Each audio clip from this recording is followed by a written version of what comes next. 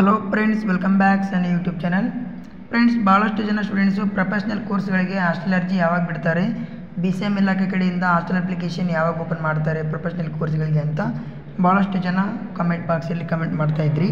ಅದಕ್ಕೆ ಈ ವಿಡಿಯೋ ಮುಖಾಂತರ ನಿಮಗೆ ಸಂಪೂರ್ಣವಾಗಿ ಮಾಹಿತಿ ಕೊಡ್ತೀನಿ. ಫ್ರೆಂಡ್ಸ್, ವಿಡಿಯೋನ ಸ್ಕಿಪ್ ಮಾಡದೆ ನೋಡಿ, ಕೊನೆವರೆಗೂ ನೋಡಿ, ಅಂದರೆ ಅರ್ಥ ಆಗುತ್ತೆ. ಫಸ್ಟ್ ಟೈಮ್ ನಮ್ಮ ಚಾನಲ್ ವಿಸಿಟ್ ಮಾಡಿದರೆ ಪ್ಲೀಸ್ ಒಂದು ಲೈಕ್ ಮಾಡಿ, ಶೇರ್ ಮಾಡಿ, ಸಬ್ಸ್ಕ್ರೈಬ್ ಮಾಡಿ. ಬನ್ನಿ ಫ್ರೆಂಡ್ಸ್, ವಿಡಿಯೋನ ಸ್ಟಾರ್ಟ್ ಮಾಡೋಣ.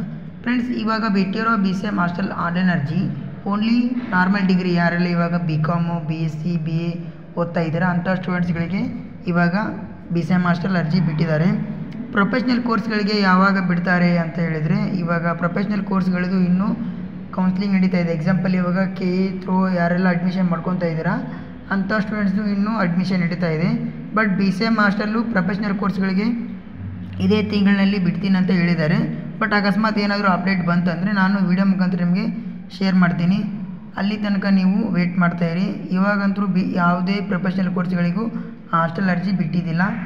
ಅಕಸ್ಮಾತ್ ನೀವೇನಾದರೂ SC ST ಆಗಿದ್ದರೆ ನೀವು SC ಹಾಸ್ಟೆಲ್ಗೆ ಅಪ್ಲೈ ಮಾಡ್ಬೋದು. ಅಲ್ಲಿ ಆ ಡಿಪಾರ್ಟ್ಮೆಂಟ್ ಕಡೆಯಿಂದ ಪ್ರೊಫೆಷ್ನಲ್ ಕೋರ್ಸ್ಗಳಿಗೆ ಹಾಸ್ಟೆಲ್ ಅರ್ಜಿನ ಬಿಟ್ಟಿದ್ದಾರೆ. ಅಲ್ಲಿ ನೀವು ಹಾಸ್ಟೆಲ್ ಅರ್ಜಿ ಹಾಕಿ ಸೇರ್ಕೋಬೋದಾಗಿರುತ್ತೆ.